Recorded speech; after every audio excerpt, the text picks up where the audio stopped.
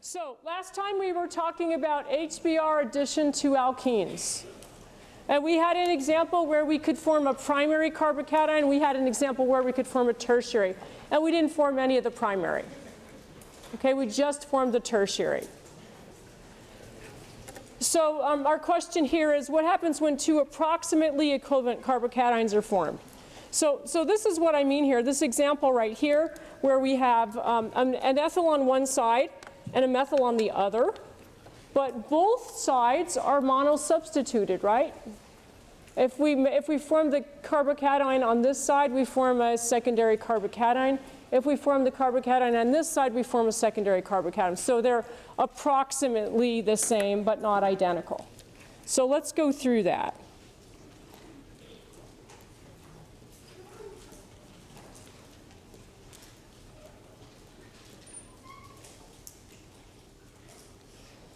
All right, I'm going to have an arrow going right down here. Let's draw the two possible carbocations. So remember, hydrogen goes on one side, carbocation goes on the other.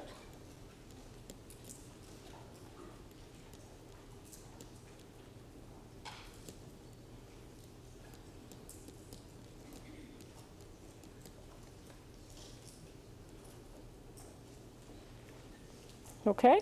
And, or we can form, the hydrogen can go on the left-hand side, carbocation will be on the right-hand side.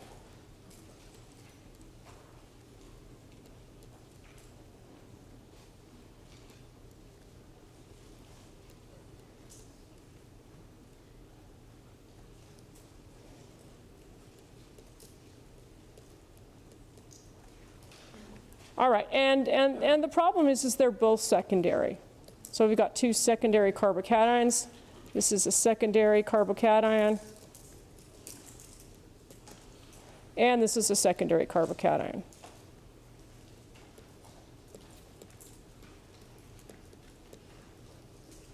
In the second step, bromide's going to attack.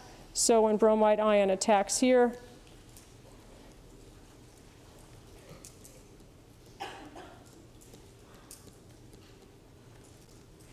going to go here, just like that.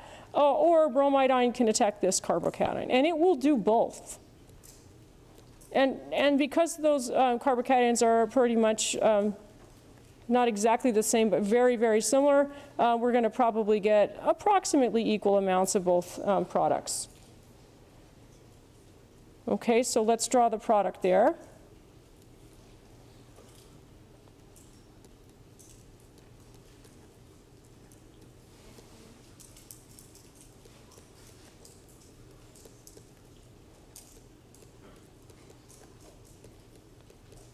That's product number one.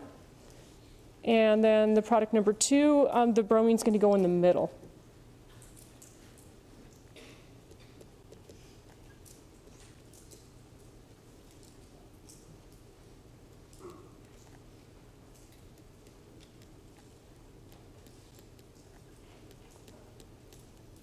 And we get approximately a 50-50 mixture here.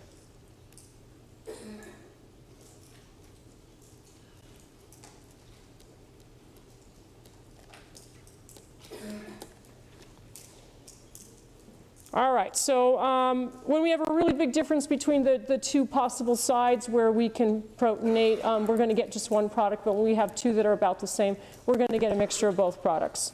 So important point, because the intermediate in this reaction is a carbocation, you always have to watch for rearrangements, especially with secondary carbocations. And so here's another example.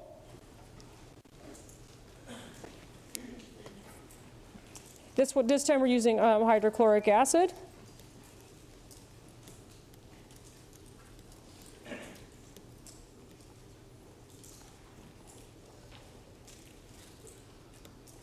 So let's just go through this here.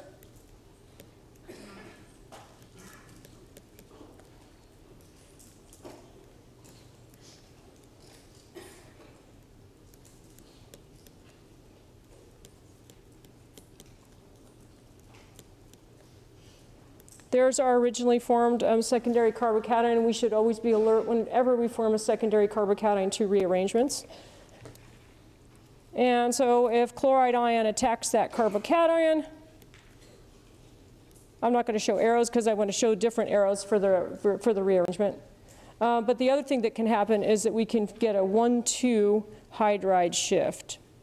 That's going to be a beneficial rearrangement because we're going to go from a secondary carbocation to a tertiary. So 1,2 hydride shift or 1,2 hydride rearrangement.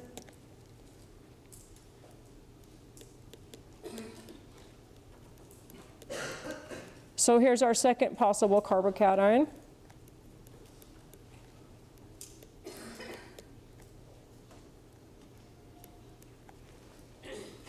Definitely more stable. Let's label those.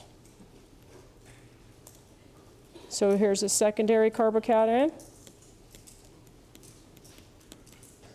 And we go to a tertiary, which is definitely more stable, much more stable. And so then if chloride ion attacks the tertiary carbocation, we form this product. All right, so we're always going to have to be on the lookout for carbocations. Yes? It's not a 2,3 hydration? Excuse me? It's not a 2,3 hydration? Well, we don't label it from where it is, and we're just looking at those two atoms. So it could be 100 chain, and we'd still call it a 1,2. Okay? All right, let's look at stereochemistry of HX addition. That's one of the things we're going to have to know in this chapter. Two factors are important when we consider stereochemistry of electrophilic addition of HX to an alkene. Number one thing we have to remember, achiral reactants yield achiral or racemic products. So we can't take an achiral reactant and form chiral or racemic products when everything you're reacting is achiral.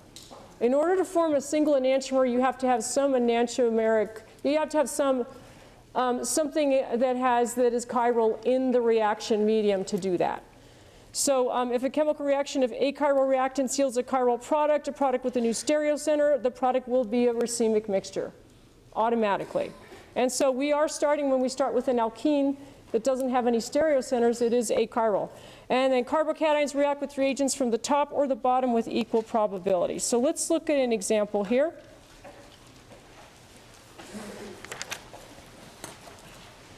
Definitely starting material here, achiral. HBr, achiral. If we go through that addition, we see that we form a chiral product. We have a new stereocenter right here.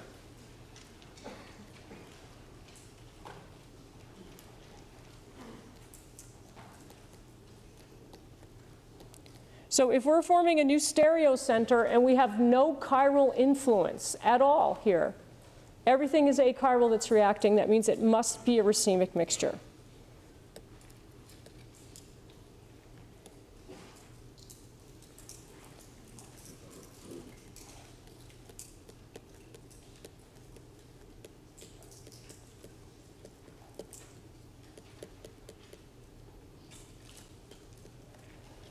All right, so, and this is easy to see if you consider the mechanism. So let's consider the mechanism. I'm going to actually draw this alkene rather than flat on the page. I'm going to tilt it like that. It sometimes makes it easier to see the product stereochemistry. So I'm just going to, instead of being flat on the page, I'm going to just tilt it back this way. So from your perspective, it'll be flat, and I'm going to go like this. Okay? So that means that the molecule's going to look, it's a little bit strange way to draw alkenes, but it works here. I found this really helps students a lot when coming up with the stereochemistry for these types of reactions.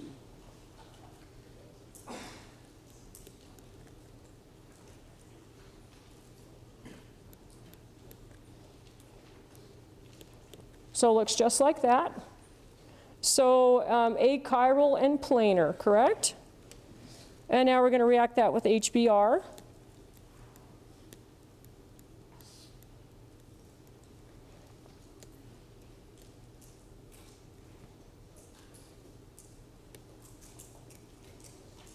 And let's label both of our reactants. Achiral planar.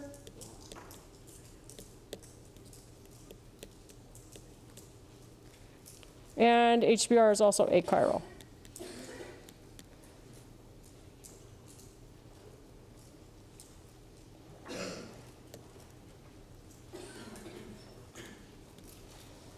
All right, and so what I'm going to do is I'm going to follow Markovnikov's rule. I'm going to put the hydrogen on the right-hand side to make the most stable carbocation. So this is what it's going to look like after that.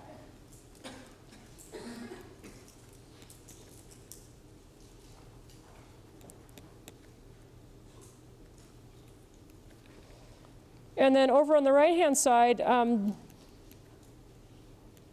this ethyl is going back. Our molecule is still turned. This hydrogen is coming forward.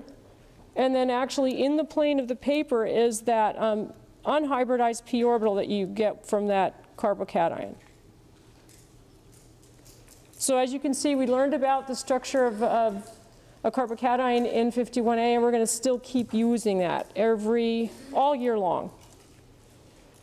All right, so that means that that carbon is planar, and it has the p orbital on the top, it has the p orbital on the bottom, and that means that when the bromide comes in, it can attack on the top, or it can attack on the bottom. Half the time it'll attack on the top, half the time it'll attack on the bottom.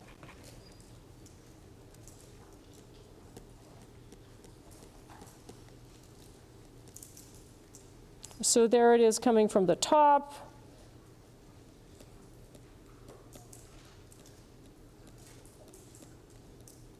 Here it is coming from the bottom. Let's draw the two products that we get. If it comes in from the top, it would look like this. And whenever I do drawing incoming groups in this chapter, I always draw them in the plane. Then it's a lot easier to see, for you to see what's happening. I encourage you to do that too, because then your answers, you'll know right away if you're getting something right or wrong, because it will match what I'm doing.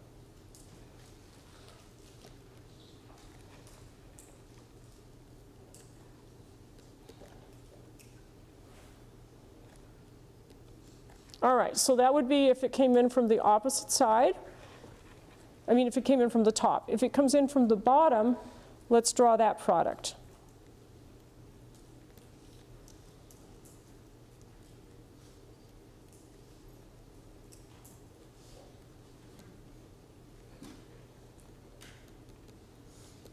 So incoming groups I have in the plane, and groups that are on the alkene I have on dashes and wedges.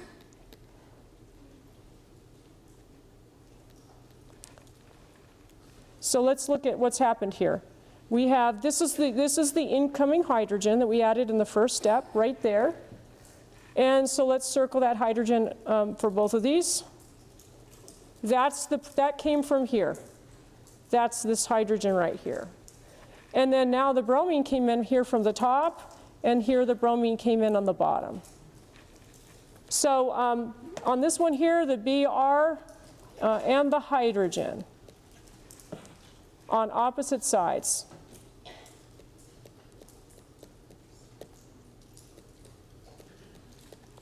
We call this an anti-addition.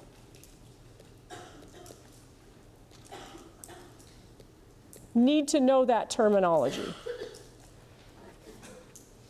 In the one on the bottom, the bromine and the hydrogen have come in on the same side.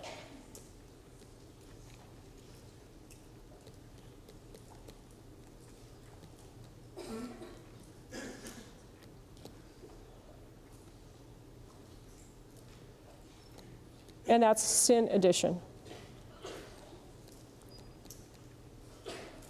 So those terms are not new to you. Remember in the E2 elimination, it has to be anti-periplanar. So the leaving group and the bromine have to be on opposite sides. And we also showed you syn addition and said that that usually doesn't take place and won't take place in this class. So that terminology, that means they just coming in on the same side, syn for same, and anti for opposite sides.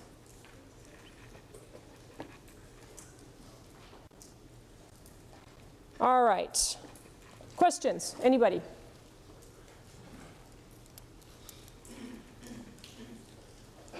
Okay, so that's HBr addition. We know the mechanism, and we know the stereochemistry of HBr addition. Let's look at addition of water to alkenes.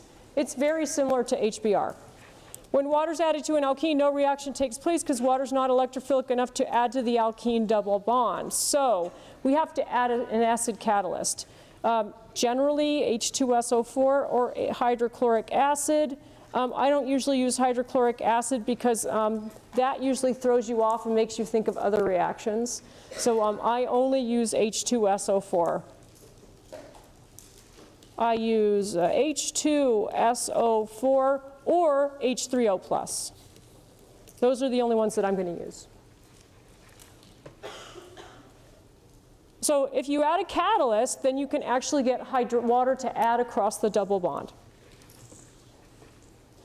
Okay, and it turns out that the only acids that that can be protonated by, that can lose a proton to a pi bond have negative pKa's. So must have negative pKa.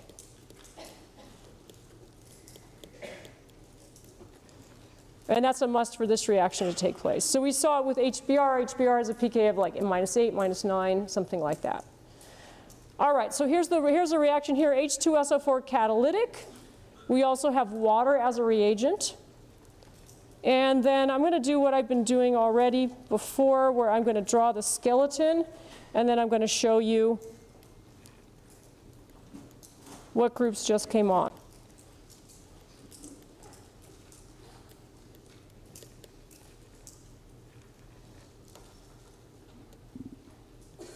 All right, so we have a hydroxyl. By the way, I'm not trying to show stereochemistry here. We will talk about stereochemistry of this reaction in a minute. I'm just going to try to show you what's happening here. These are the two groups that just came right on here. The hydrogen goes on the least substituted carbon.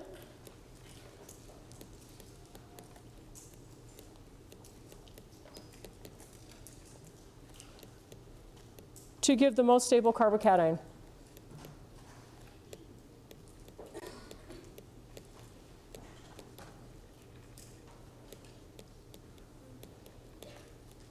Water is going to attack the most stable carbocations, so the hydroxyl is at the most, goes on the most substituted carbon.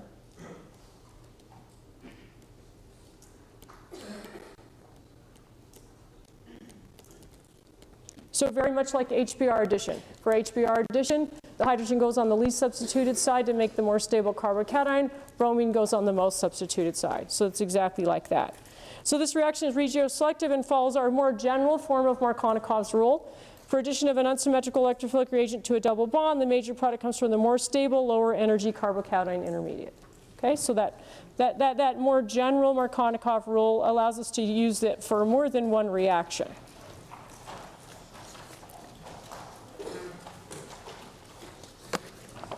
All right, let's go through the mechanism. So this is a possible mechanism for midterm 2. Make sure you take a look at your mechanisms. A lot of people were leaving off lone pairs and charges, and those cost you. Those cost you points. You got to really watch those charges and lone pairs. Okay.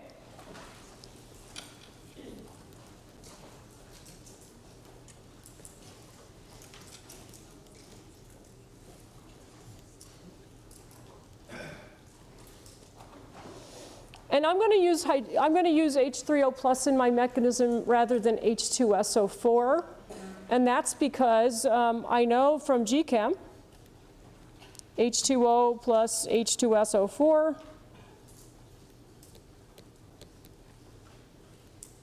essentially completely deprotonates. All strong acids essentially completely deprotonate when you put them in water. And since this is dilute acid, I know that the most common acid I have in solution is H3O+ and HSO4-. The equilibrium very strongly favors the hydronium ion. So this is the species I'm going to use.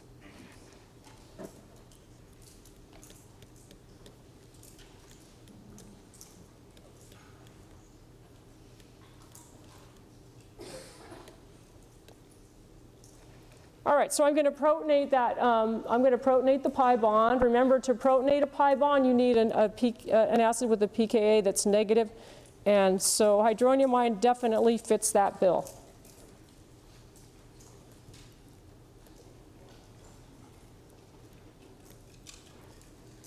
I'm also going to do something different here. I'm going to use reversible arrows for this reaction. All right, so I want to make a carbocation. I'm not attempting to show any stereochemistry here. I want to make the most substituted carbocation. So that means that the hydrogen has to go on the end here. So there's the hydrogen that I just added on, and here's my secondary carbocation. Water comes in and attacks.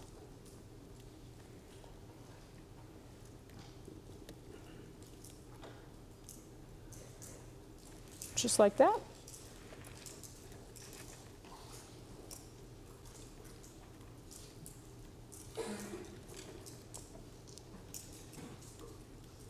So after that first step, it looks really similar to just the SN1 reaction, right? It's just an SN1. The only difference here is that we're getting the carbocation in a slightly different way. In the SN1, we get the carbocation by the halogen leaving. Here we get the carbocation by adding acid to the alkene.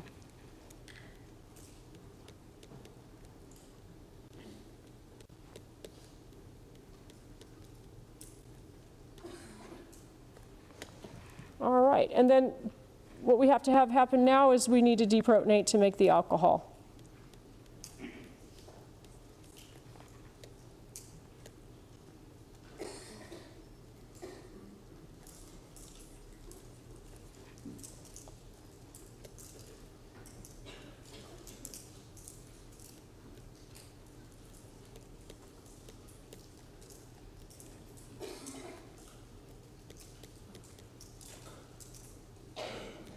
So there's our secondary alcohol, and we also have regenerated our catalyst. So you only need a little tiny amount of acid here for this to happen.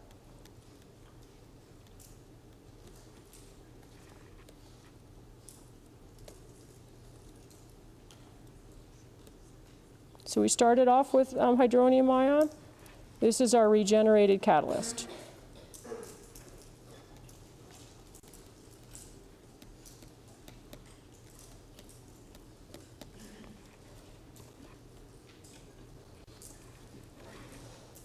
All right, couple of things. Important points about this reaction. Notice that in the first step of hydration, a carbocation is formed. It is the rate-limiting step. So far, every reaction where we formed a carbocation, forming the carbocation is the rate-limiting step.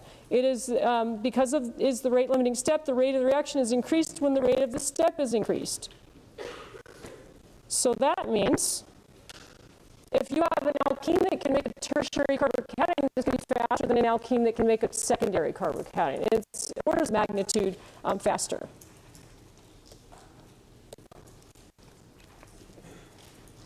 So, therefore, alkenes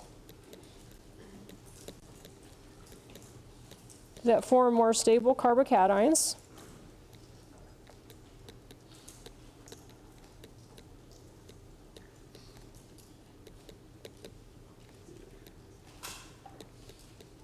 will undergo the reaction faster.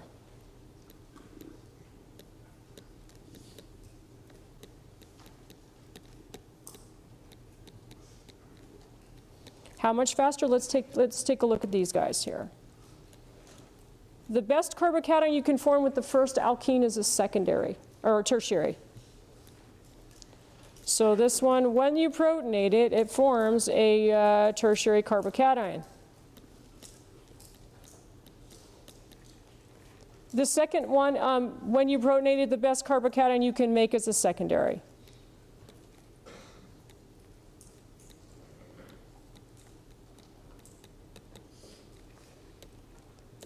So we would expect the first reaction to be faster. How much faster? It's actually 1,000 times faster.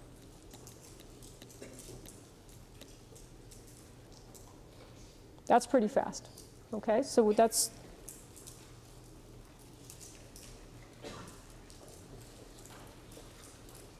much faster. Just like with electrophilic addition of HX, the SN1 and the A1 reaction, whenever carbocations are formed, watch for rearrangements. We keep saying that, but it's easy to miss. So on midterm 1, when there was a rearrangement, and in the mechanism I told you it was from a rearrangement, that kind of helped you out. I'm not always going to tell you, okay? So right from here on out, you need to know that we're going to get rearrangements. H2O attacks the carbocation equally from the top and the bottom. So we have the same stereochemistry as HBr addition.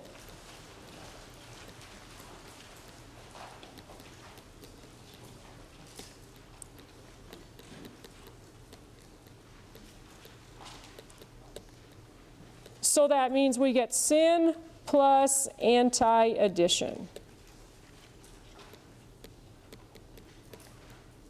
HBr, we get syn plus anti-addition. So these guys are very closely related. Let's look at the energy diagram. This is actually a 3-step reaction. So we have 3 humps in our curve. This is step 1. I'll color that in red.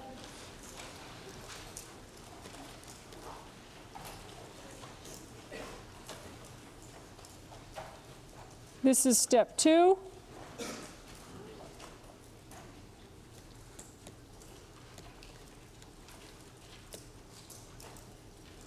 And this last step is step 3.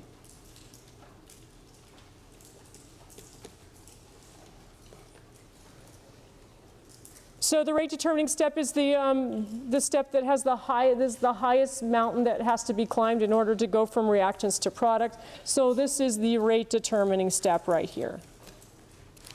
Step 1. And we have our catalyst here. That's catalyst. And this is regenerated catalyst.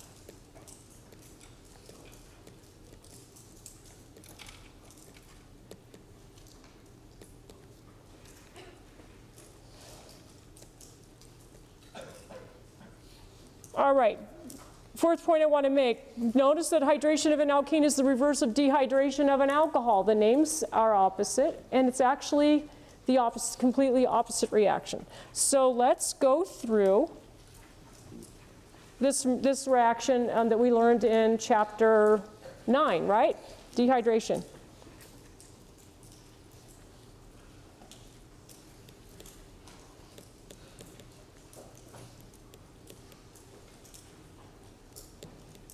Some of you got this, some of you didn't.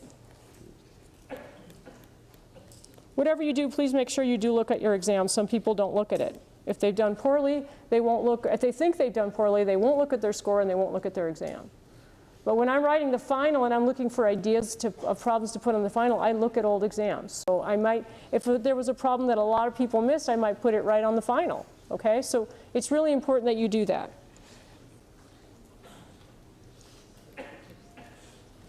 Okay, so let's go through this mechanism.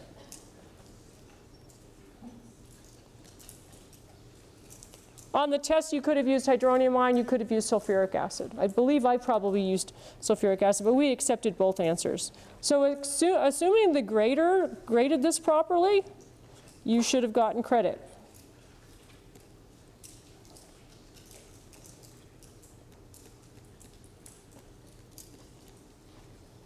So we've protonated the hydroxyl, and since it can make a secondary or tertiary carbocation, that's what's going to happen. This group is going to leave.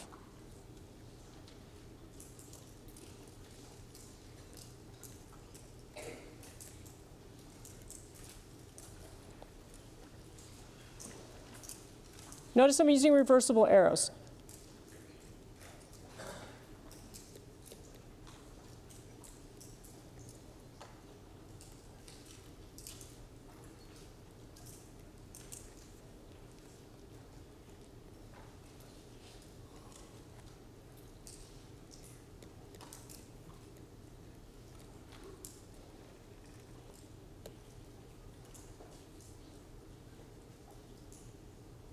And then we get an elimination.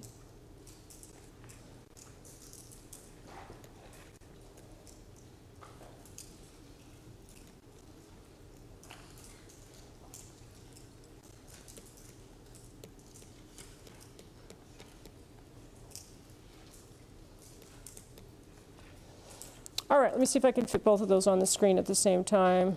No, because it's on a different page. Okay, well.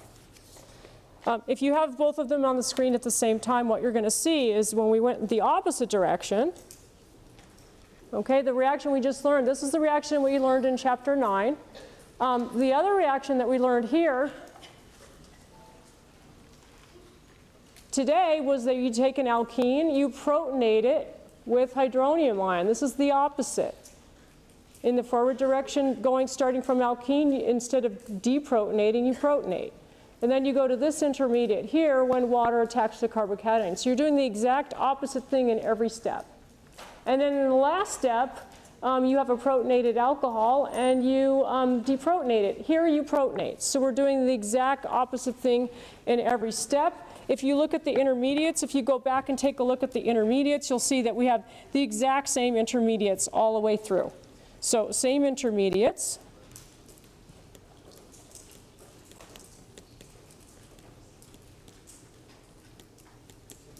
Same number of steps.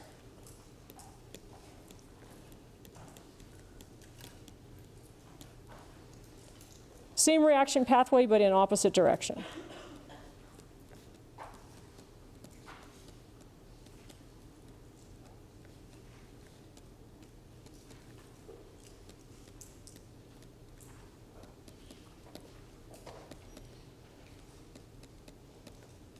So that means that you could be running this reaction in this direction, and you could form this carbocation, you could go back the other way. Or it could go from this step to this step, and then to this step, and then go backwards.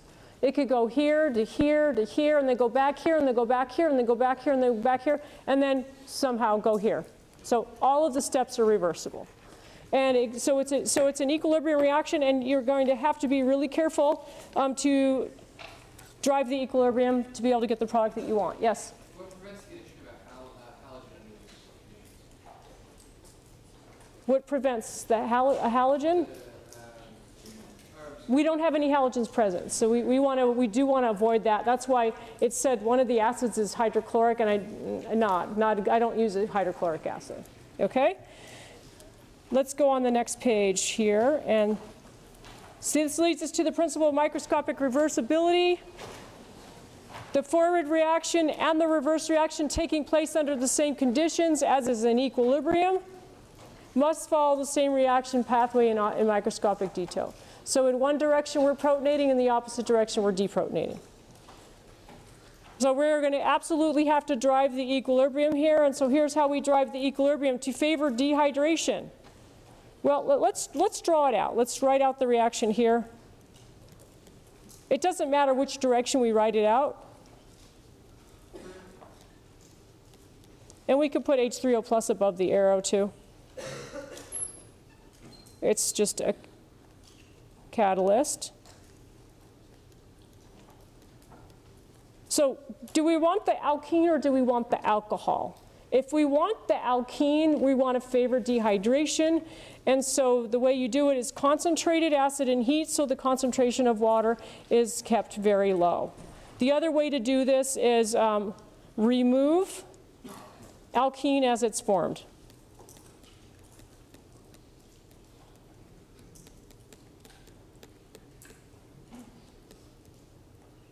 That's what you're doing in lab this week. So this would be 51 lb this week. So how does concentrated sulfuric acid help the reaction to drive to the right? Well, concentrated sulfuric acid is about 96% sulfuric acid and about 4% water. So if you have concentrated sulfuric acid, you don't have a whole lot of water around. If you have a lot of water around, you drive the reaction to the left. So you have very little water around. You're keeping the concentration of water low. To favor hydration of an alkene, you're going to use dilute acid. Why are we going to use dilute acid? Because if we increase the concentration of water, then we derive the equilibrium in a way that uses up the water. So if we want the alcohol, we use dilute acid. If we want the alkene, we use concentrated acid.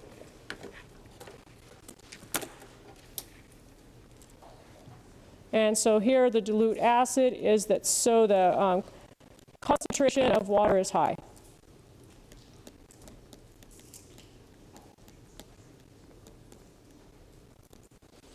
Questions on hydration, anybody?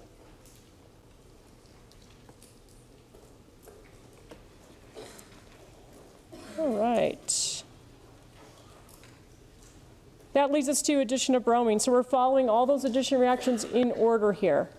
So halogens, bromide, bromine, and chlorine. Also add to alkenes. This may be surprising since it's not obvious that bromine or chlorine are electrophiles, and they're acting like an electrophile in this reaction. Halogens added to pi bonds. Halogens add to pi bonds because halogens are polarizable. The electron-rich double bond induces a dipole in an approaching halogen molecule, making one halogen atom electron deficient and the other electron-rich. So you get polarization of that bond. The electrophilic halogen atom is then attracted to the nucleophilic double bond, making addition possible. So let me show you what that looks like, and then we'll talk about what we mean by this polarization. So this is actually back in the day when they used to use chemical tests, this was a chemical test for alkenes. You take a colorless alkene, and bromine is a deep red solution. I should have written that with red pen, huh? Deep red solution, okay? And you add the bromine dropwise to your alkene and it instantly decolorizes, which means that it's adding to the alkene. Your product is a vicinal dihalide, which just means the bromines are on adjacent carbons.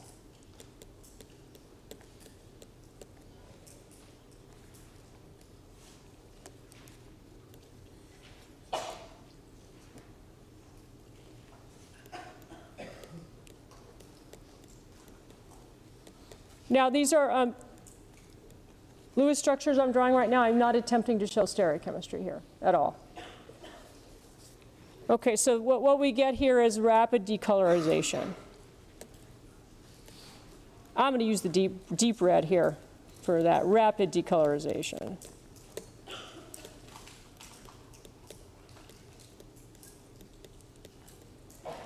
All right, so based on the mechanisms that we've already talked about in this chapter, HBr addition, addition of water, you might think that we have a similar mechanism happening here.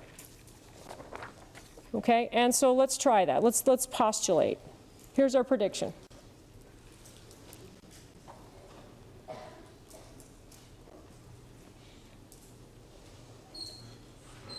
Something like this.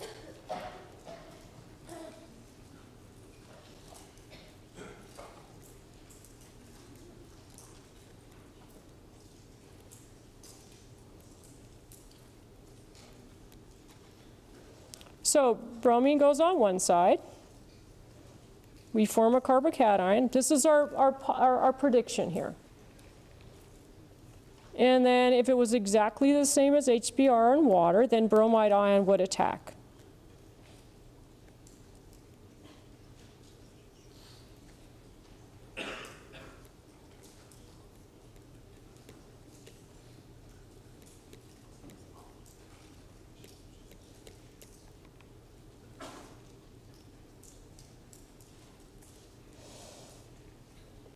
All right, so that seems like a valid prediction, right? If we actually were going by that mechanism, what type of addition would this be as far as syn, anti, both? It would be both syn and anti if that worked, okay? If this prediction is correct, we would get syn and anti addition, and what would we get if we were forming a secondary carbocation? We'd get rearrangements. So it'll be really easy to tell if this mechanism is right or not, because we have to look at the stereochemistry of our product. And we look at the stereochemistry of our product, and that'll tell us whether we're right or not. So that's our prediction here.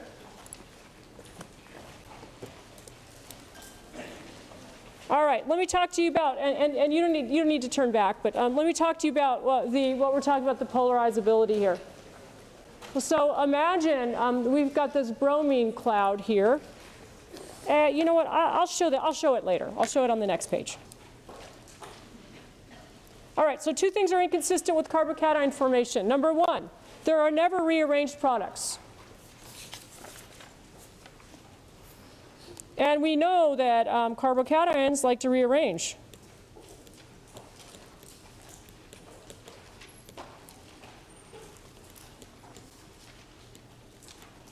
They're rearranged to become more stable.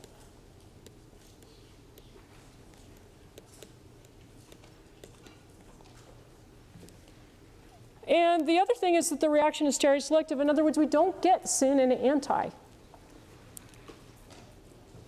Okay, and so if there was a carbocation, we know that carbocations are planar.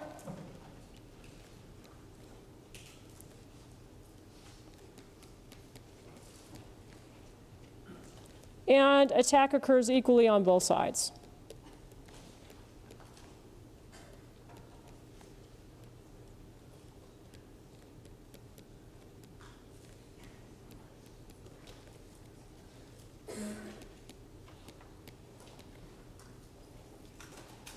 So that means this can't be the mechanism. So please don't write this as a mechanism on the test. So this means that this can't be the mechanism.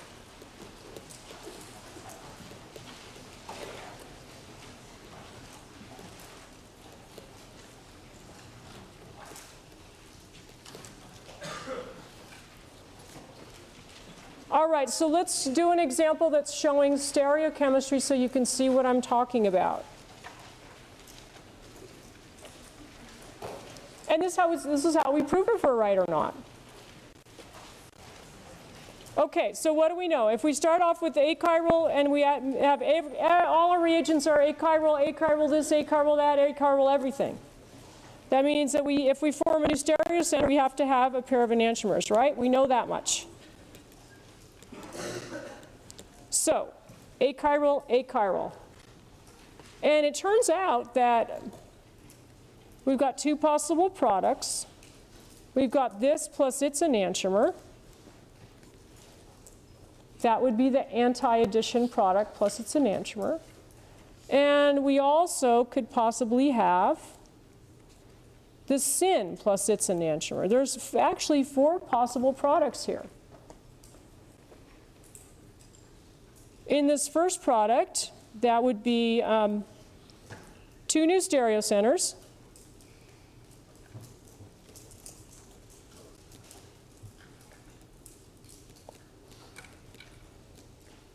Therefore, you will get enantiomers.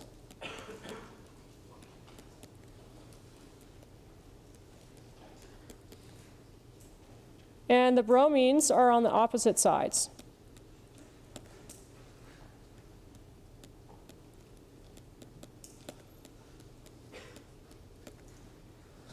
So this is anti-addition.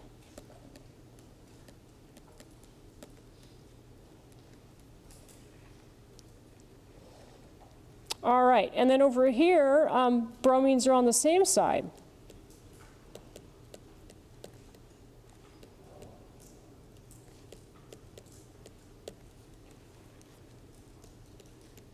That would be a syn addition. It turns out that we don't get any syn addition at all. We only get anti-addition. So big X through this. Only anti. That means that we better come up with a different mechanism because it certainly does not match HBr. It certainly does not match water. So let's talk about a mechanism here. I'm going to do the same thing I did with HBr. I'm going to tilt the alkene back. I'm going to tilt it back and draw it like this.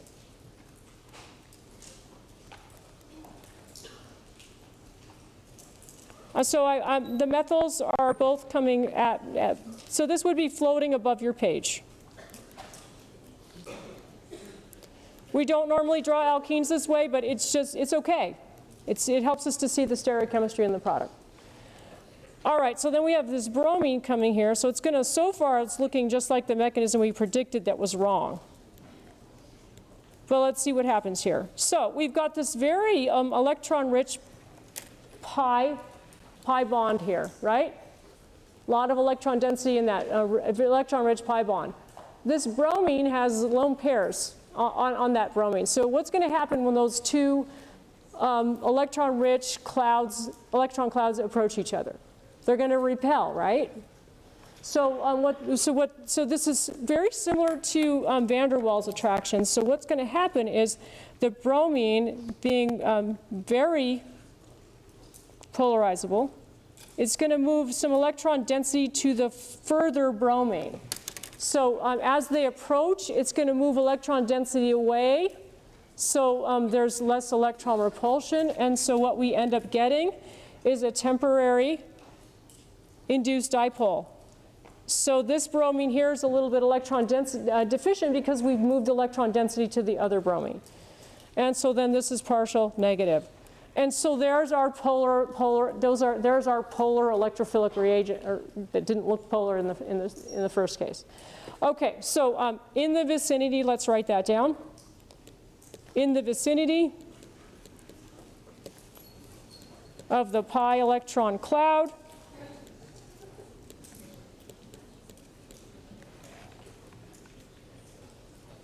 the bromine-bromine bond becomes polarized.